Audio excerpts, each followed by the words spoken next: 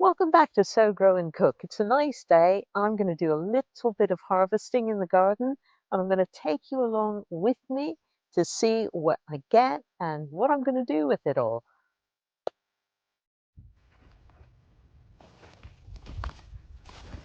So now I'm about ready to pick some of these blueberries that are hidden underneath this netting.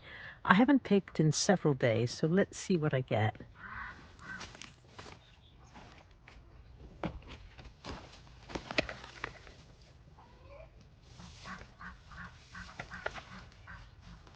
I'll just gently take this netting off. Try not to knock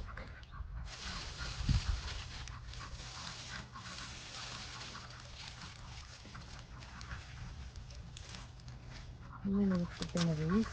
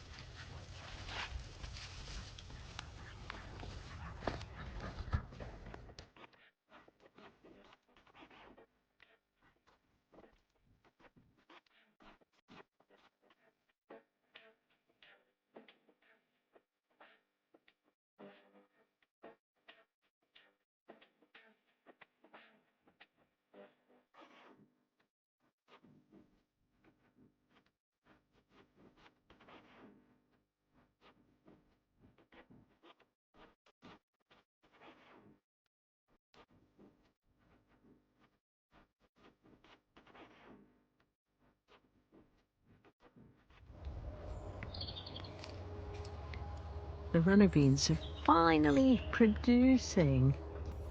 Well, they've actually had beans on them for a long time now, but it's taken much longer for them to get to a usable size than they have in the past. But today, I've managed to pick a fair amount, so that's good.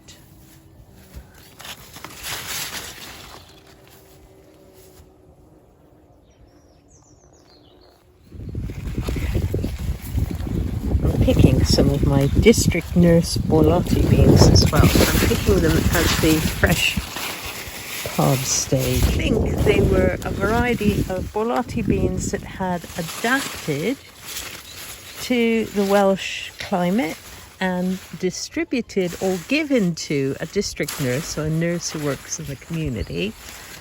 And the story is she distributed them to people she went to visit and encouraged them to plant them when they were well again. Nice story. You can eat the pods when they're fresh and tender like this, or you can wait for them to go to seed and harvest the dry seeds or the semi-dried seeds for soups and stews. I think I might do a bit of both. In my squash patch, it looks like they're growing really well, but I've only got, I think, about 8 or 9 winter squash to last me the winter. I've got the same number of plants. I've got a patch here, and another bed further down.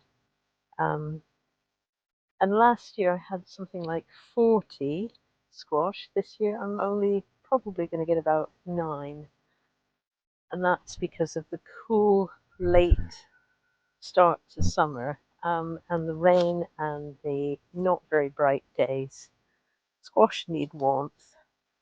One thing that is doing really well are my Egyptian walking onions. I harvested the little bulblets, cleared the bed, added a bit of compost to top it up, and then replanted quite a few of the little bulbs. And look how well they've come up now. Very lush and green. I think what I might do is harvest some of these, chop them up, and either freeze them or dehydrate some of them. They're just beautiful, and they're at their best at the moment.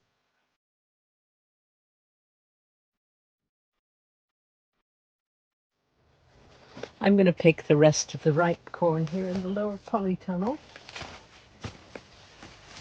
And then I think once it's all picked, I can clear away these stalks and I can add a little bit of compost and start planting some winter veg in here.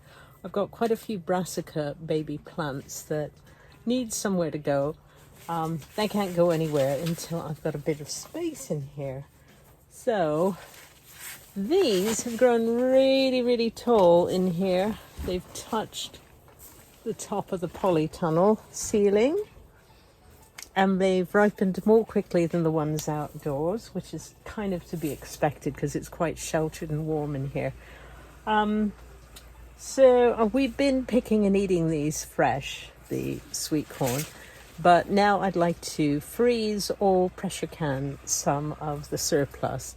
So I'm just going to see how much I get added to the stuff that I've already picked up in the vegetable garden outdoor beds. So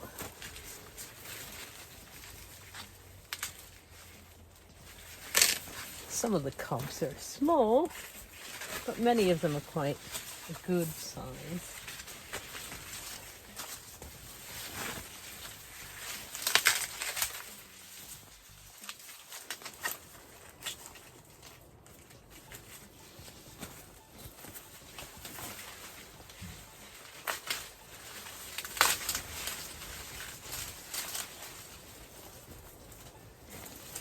Bit of a jungle in here. Now, a lot of people have asked me in the past, what do I do with these corn stalks? Well, a lot of times what I tend to do is I feed the leaves, the soft bits, to the goats, and any of the more tender bits of the stalk. The rest of it, you can bash up and put it straight in your compost heap. Or another alternative is some of these stronger, woodier ones I can just cut and lay in the dead hedge. So there's no waste for any of it. Oh, and the peels, the husks of the plant go to the goats. They love these. But the cobs, the bare cobs, once you take the kernels off, I tend to either dry them off and burn them. I think that's probably what I'll do. I don't like throwing them away. They don't compost very well. I know you can make some certain things out of boiling the stripped cobs, but I haven't tried that yet. Apparently you can make some sort of syrup out of them. Right, so let's carry on picking.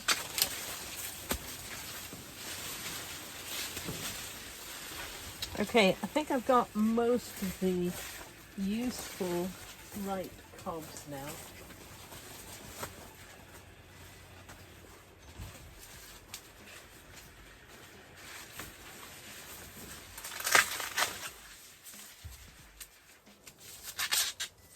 "17 of these cobs here, added to about 12 that I picked from the outdoor bed. So I think I've got a lot to be getting on with. So here's today's pickings. There's at least 20 cobs there.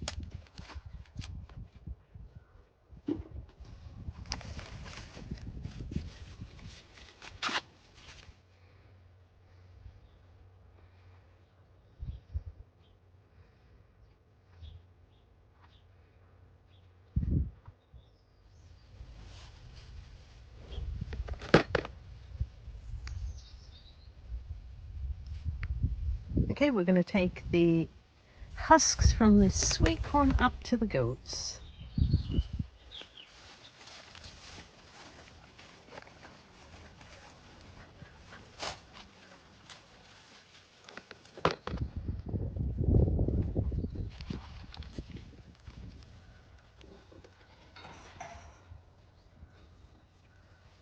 Here you go, girls.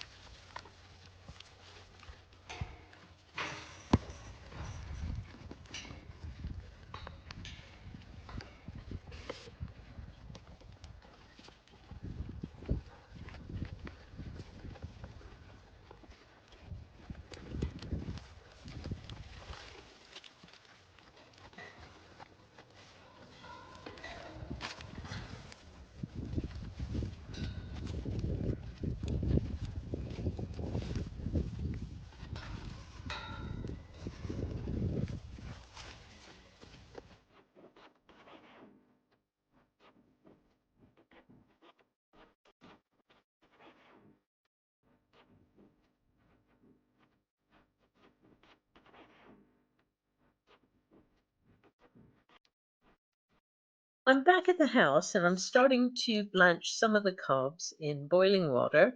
I'll just keep them in for about a minute, minute and a half, and then I will cool them off under cold tap water. And then I'll pat them dry before moving on to cutting the kernels off the cobs.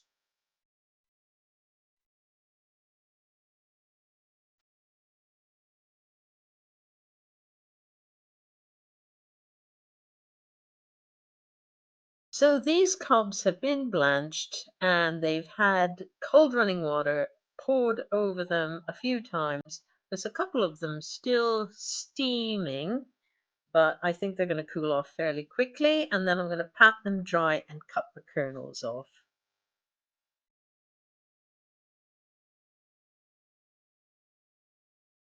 Here I am cutting off the kernels from each cob. You do need to be careful at this stage. You can send the kernels flying all over the kitchen. The dogs have eaten quite a few that I've dropped on the floor. Just set up a system that's comfortable for you.